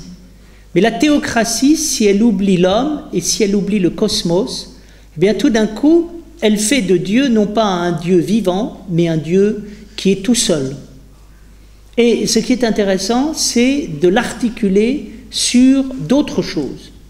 Même chose avec le cosmos. Le cosmos qui se replie sur lui-même sans aller vers l'anthropos ou le théos, eh bien, il lui manque quelque chose. Et vous voyez, tout le problème de notre culture, c'est ce manque d'esprit trinitaire. À chaque fois que la culture a été trinitaire, à chaque fois que la politique, que l'économie le sont, c'est génial, ça ouvre toutes les portes, on est dans la plénitude. Donc si vous voulez, je pense en termes épistémologiques que le paradigme de la Trinité est un paradigme extraordinaire qui ouvre sur la chose la plus importante, qui est la plénitude, le sens de la plénitude, la totalité de la vie. Merci beaucoup pour votre question. D'autres questions? Bonsoir. Bonsoir. Merci pour votre présence et merci pour ce partage. Vous aviez dit que nous ne connaissons que 4% de l'univers. Vous avez enchaîné directement sur la méditation. Et je voulais savoir, est-ce que les 96% c'est à l'extérieur ou vous voulez insinuer que c'est à l'intérieur? Je voulais un peu un éclaircissement à ce sujet. Alors je vous remercie parce que j'y avais pas pensé, mais je vais essayer de penser quelque chose à quoi j'avais pas pensé. Je pense que lorsque Trinh Xuyen Tuan parlait, il parlait au niveau cosmique. Mais vous savez, quelque part, lorsque Freud découvre l'inconscient, il nous dit, vous savez, la conscience est la partie émergée de l'iceberg et l'inconscient nous est totalement inconnu. Et puis, ce que je crois très important pour aborder les choses divines, c'est de montrer la même chose. Ce que nous savons de Dieu, c'est très peu de choses par rapport à ce qu'il est. Si nous avions la prudence épistémologique de vivre dans cette attitude d'humilité, eh bien, on serait dans l'émerveillement. Ma vision du monde est socratique. Socrate a dit une chose fabuleuse qui est l'essence de sa pensée. La seule chose que je sais, c'est que je ne sais rien. Pourquoi est-ce que Socrate disait cela? Certains disent parce que c'est un sophiste, il sait mais il fait semblant de ne pas savoir, alors il truque tout le monde pour ça. Non, Socrate voulait dire que la science nous vient des dieux. C'est une inspiration, ça vient de la vie. Parfois, la vie parle à travers nous. Nous sommes habités. Nous parlons comme le Christ en esprit et en vérité. Ce n'est pas nous qui parlons, c'est la vérité, c'est la vie qui parle à travers nous. Alors, je pense, si vous voulez, que nous sommes au début d'une aventure humaine inouïe et nous n'avons encore rien vu. Il y a tant et tant de choses à découvrir. Je pense que pour moi, c'est la pensée qui me donne le plus de force et qui me permet d'être le mieux centré. Vous êtes sûr que quand vous avez cette pensée, vous n'êtes pas dans l'ivresse, dans l'hubris, dans l'insatiabilité, dans l'orgueil. Vous êtes disciple de la vie et vous trouvez le Seigneur de la vie.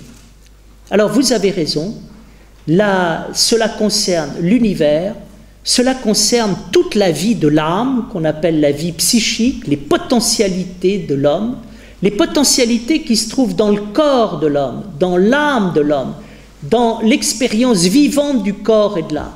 Et puis, il y a aussi, alors c'est autre chose, c'est-à-dire que au niveau de l'histoire des religions et de la spiritualité, nous sommes, je veux dire, très loin de... Enfin, nous ignorons tout ça. Il y a toujours une chose qui m'a frappé. Certains grands saints disent qu'ils préfèrent ne pas dire ce qu'ils ont vu en méditation. Pourquoi? Parce qu'ils ont peur de nous effrayer, n'est-ce pas? Et à un moment, l'essentiel n'est pas été dit. Platon disait de son œuvre, tout ce que j'ai écrit n'est pas important, et tout ce qui est important, je ne l'ai pas écrit. Merci pour votre question. N'hésitez pas pour alimenter par votre générosité questionnante notre débat amical. Oui? Une question que vous n'avez pas traitée et qui oppose un peu l'Orient et l'Occident et qui me paraît essentielle dans la spiritualité, qui ne permet pas de penser la spiritualité de la même façon, c'est la question du sujet. Qu'est-ce que vous dites de la question du sujet? Vous avez tout à fait raison. Je ne voulais pas être trop long, mais le sujet, c'est la capacité qu'on a de dire « je ». Alors, le sujet était présent quand j'ai parlé des sensations profondes. J'ai hésité un moment à parler de Descartes, mais Descartes me paraît avoir fait une véritable expérience du sujet.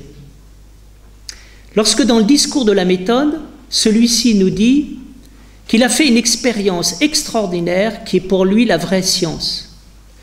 La vraie science ne se trouve pas dans la logique, elle se trouve dans la conscience. Parce que c'est elle qui permet d'avoir une pensée rigoureuse. Quelqu'un qui pense d'une manière logique, cohérente, c'est quelqu'un qui sait ce qu'il pense, parce qu'il est tout le temps présent à ce qu'il pense. Et c'est ce qu'on appelle un sujet. Le sujet, c'est celui qui est le porteur du langage. Dans la grammaire, vous avez le sujet, le verbe, le complément. Eh bien, pour qu'il y ait une phrase, il faut qu'il y ait un sujet. Il faut qu'il y ait un « je ». Il faut qu'il y ait un être humain qui ose dire « je » et qui commence à parler ce « je » et à laisser parler ce « je » à travers lui. Descartes dit cette chose intéressante, il dit voilà, le sujet c'est la lumière naturelle et il consacre, dans la première règle de la méthode, il conseille de ne jamais accepter que ce qui est évident et de mettre à l'écart la précipitation et d'autre part la prévention. Vous savez, dans le monde intellectuel, j'ai vu beaucoup de gens qui disaient des choses qu'ils ne comprenaient pas. si déjà on disait des choses qu'on comprend, bien on aurait des choses, premièrement, de se comprendre soi-même et deuxièmement, d'être compris par les autres. Le gros problème, c'est qu'on dit des choses qui dépassent notre pensée, que ni nous-mêmes ni les autres ne comprenons. Et le problème, c'est que ça marche. Et donc, il faut revenir à la réalité en disant des choses qu'on comprend. Et dire des choses qu'on comprend, ça veut dire n'être ni complaisant à soi, ni complaisant à la tribu, mais de parler de quelque chose qui parle vraiment et qui dit quelque chose. Donc le sujet, c'est quelqu'un qui va un moment dire « je » et en disant « je », il va vraiment dire quelque chose. En fait, la vie spirituelle, c'est la vie que je vis, c'est la vie que je vis vraiment. Donc quand je pense ce que je pense, je dis ce que je suis ce que je suis. Et ça, c'est une sacrée expérience. Vous voyez? Donc je crois qu'il y a le vraiment vivant. Voilà, c'est ça qui me paraît important et qui donne ce côté vécu. Hein. Je disais, la spiritualité, nous avons des problèmes avec l'esprit. Pourquoi? Parce qu'on ne vit pas, on ne fait pas confiance à ce que l'on vit, on ne fait pas confiance à ce qui vit. Et être un être spirituel, c'est dire des choses que l'on vit, c'est vraiment vivre et c'est voir ce qui vit vraiment. Vous avez tout à fait raison. Je pense que ça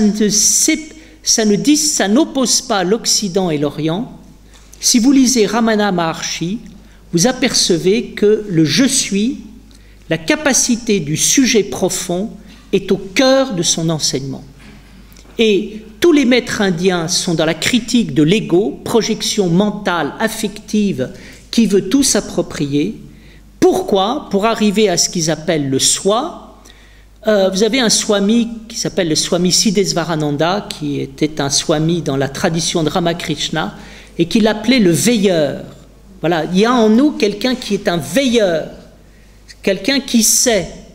J'ai un ami psychanalyste lacanien qui disait cette chose, il y a en nous un individu fondamental qui sait. Voilà, il y a quelqu'un qui vit vraiment, c'est ça notre esprit. Et ce qui est intéressant, c'est quand nous avons atteint en nous cet esprit vivant qui vit en nous, ça reste après notre mort. Ce qui est extraordinaire, c'est qu'on parle encore des morts comme des vivants, à travers leur esprit. Vous avez des associations culturelles, Esprit d'André Malraux, Esprit d'Alain, Esprit d'Albert Camus. Et je crois que l'esprit reste, hein, parce que cette dimension de la vie, qui est la dimension de l'être, de l'inoubliable, est une réalité. Spinoza a cette extraordinaire expression quand il dit « Nous pouvons expérimenter que nous sommes éternels ». Nous pouvons expérimenter que nous sommes éternels. C'est tout à fait vrai quand on fait une expérience esthétique profonde, inoubliable. Donc merci beaucoup, vous avez tout à fait raison de nous rappeler de l'importance du sujet. D'autres questions? Merci pour votre magnifique conférence et votre élan et communication spirituelle dans la salle. René Girard vient de disparaître il y a peu de jours. Nous avons vécu la violence également et il a traité de la violence et de la spiritualité. J'aimerais que vous nous disiez un mot sur René Girard. J'ai eu l'occasion de rencontrer une fois René Girard. C'était lors d'un banquet et on m'avait dit « On te donne 5 minutes pour parler à René Girard ». Ben, j'ai commencé en disant « Monsieur René Girard, je vous remercie parce que vous faites partie des gens qui ont changé ma vie. Il y avait la vie avant René Girard et il y avait la vie après René Girard. René Girard a dit que dans son œuvre, il avait mis à jour les mécanismes de la violence.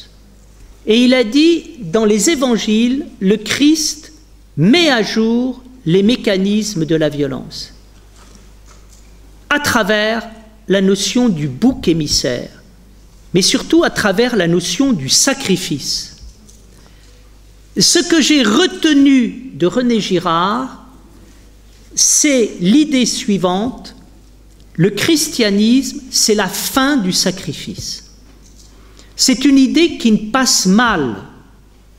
J'enseignais encore la semaine dernière à des moines et des moniales catholiques, quand je leur explique que le christianisme est la fin du sacrifice, ça passe mal parce qu'ils appartiennent encore à un christianisme doloriste où il faut souffrir et mourir pour aller vers Dieu. Je suis orthodoxe et dans la tradition orthodoxe, il y a au cœur de la liturgie une parole qui vient des psaumes 8 et qui dit « Car si tu voulais des holocaustes de sang, je te les aurais donnés. Mais tu ne veux pas des holocaustes de sang, tu veux des sacrifices de louange. » Tous les dieux de l'humanité sont des dieux sacrificiels, qui ressemblent beaucoup aux dieux aztèques, qui réclamaient, pour que le soleil puisse continuer sa course, qu'on déverse des fleuves de sang. L'humanité vit dans le sacrifice. Autour de nous, on vit dans un sacrifice. Ce que nous avons vécu le 13 novembre, c'est un sacrifice. J'écoute les discours. Les nazis disaient, si on ne sacrifie pas les juifs, il n'y aura jamais d'humanité pure. Après, j'ai vécu dans un monde marqué par l'extrême gauche et la révolution, où il était question de détruire le capitalisme.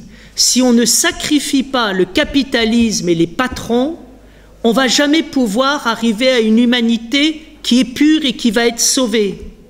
J'écoute le discours des terroristes, et les terroristes disent « il faut qu'on sacrifie les Juifs, Israël, l'Amérique, et qu'on sacrifie l'Occident. » Les tours de Manhattan, c'est un sacrifice. Les attentats, c'est des sacrifices. Le Bataclan, c'est un sacrifice. Et partout, c'est le Dieu qui fait couler du sang. Et on tue au nom de Dieu. Qui est-ce qui a cru au Dieu sacrificiel dans la Bible? C'est Élie. Élie, il tue, il égorge de sa main 500 sectateurs du temple de Baal. Et il pense qu'à un moment, c'est ce que veut Dieu. Et Dieu, qu'est-ce qu'il fait? Il le frappe d'aphasie. Et il lui dit, Dieu, c'est pas ça. Saint Paul, qu'est-ce qu'il fait? C'est un persécuteur de chrétiens. C'est un sacrificateur. Nous sommes environnés de sacrificateurs. Et ce génie de René Girard nous a dit quoi? Le Christ, c'est le contraire du sacrifice. Il préfère être sur la croix que de tuer des hommes. Quelle est la signification de la croix? Dieu veut tellement la vie des hommes qu'il préfère mourir sur la croix en la présence de son Fils plutôt que de faire mourir. Et pour la première fois, on arrête de faire mourir.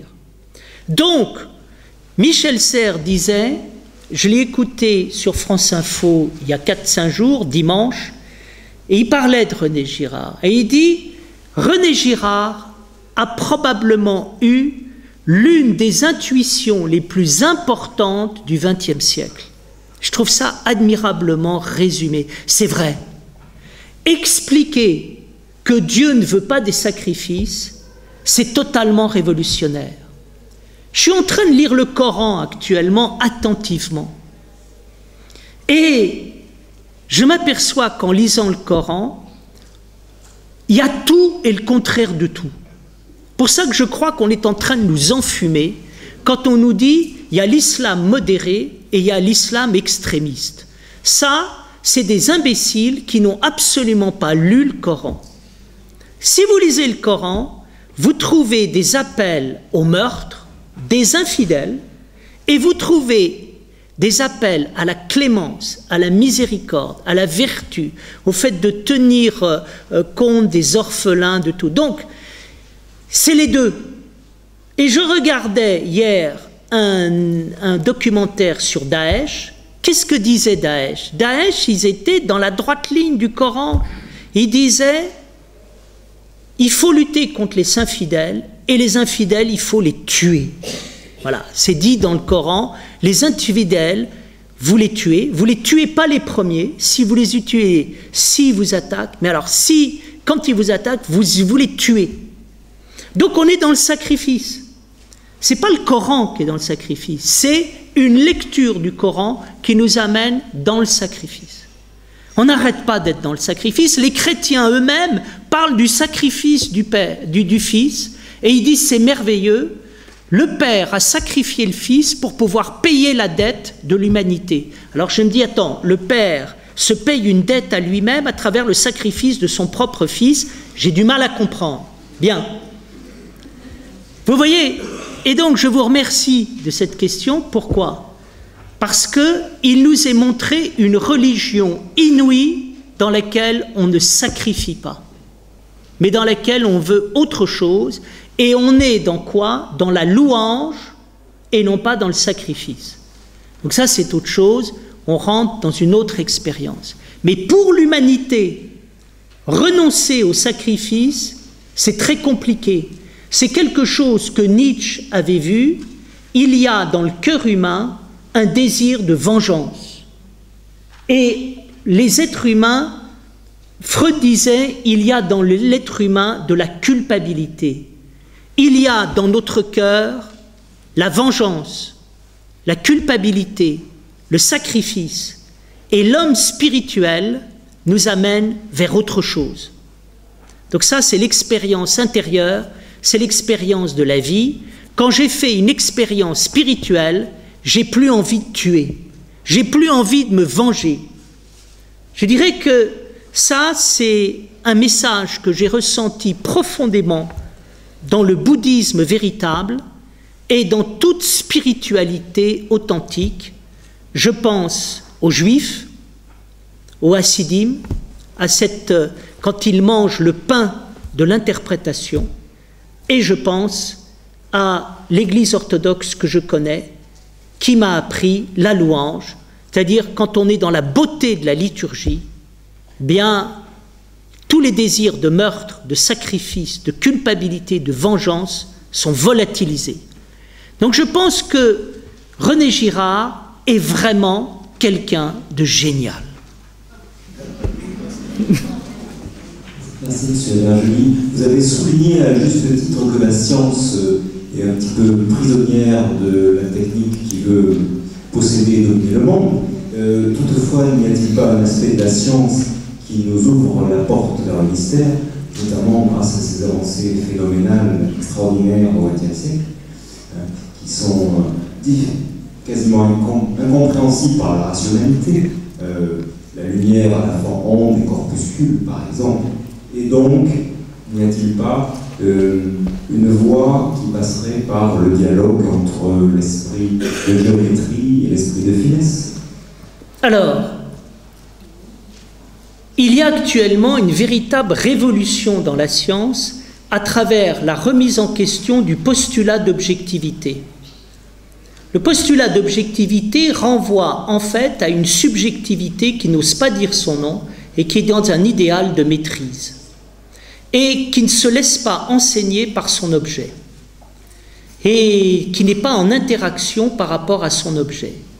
Ce qui est génial dans l'aventure de l'esprit, c'est qu'à un moment, à l'intérieur de la science elle-même, il y a une contestation de la science par la science, en expliquant que la science doit renoncer à l'idéal du sujet tout-puissant pouvant réduire le monde afin de pouvoir le dominer et le maîtriser.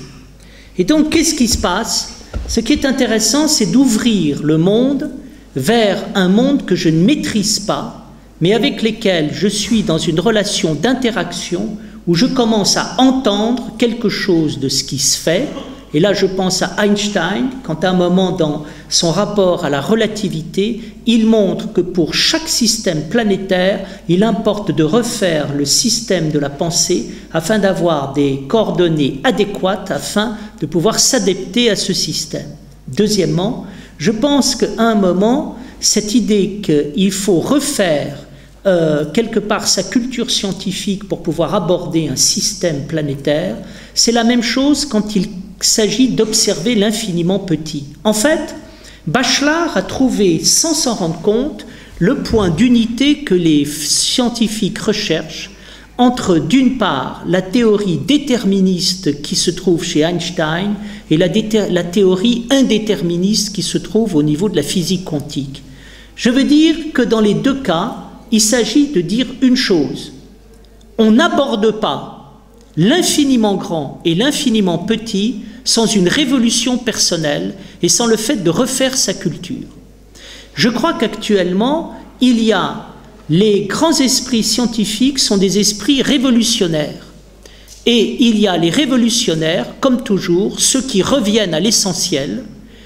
C'est ça, c'est pas celui qui fiche tout par terre, mais celui qui revient à l'essentiel. Et d'autre part, il y a les gens qui sont figés et qui sont dans le modèle de l'individu. C'est-à-dire, ce qui se passe dans la science se passe au niveau spirituel. Vous avez des gens qui sont dans une volonté de maîtrise et qui vous disent nous savons désormais que l'homme est seul au monde dans un univers où il est arrivé par hasard. C'est-à-dire, c'est Jacques Monod qui... voilà, c'est Jacques Monod. Non mais j'y tiens, parce que pour moi, il est absolument exemplaire. Un esprit aussi brillant et quelque part aussi obscur, mais aussi fraternellement humain. Il veut tout maîtriser. Il croit dans la science. Et il ne fait pas sa révolution, lui qui par ailleurs se réclame socialiste et scientifique.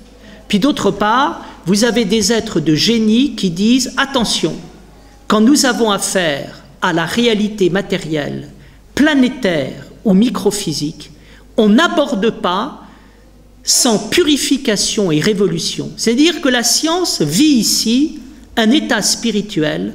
On ne rentre pas impunément dans l'infini sans s'être déchaussé et sans s'être purifié et sans s'être quelque part prosterné, mais sans être également capable de communion, c'est-à-dire ce sont des actes totalement religieux et sacrés, parce que là, on est dans des univers de haute intensité.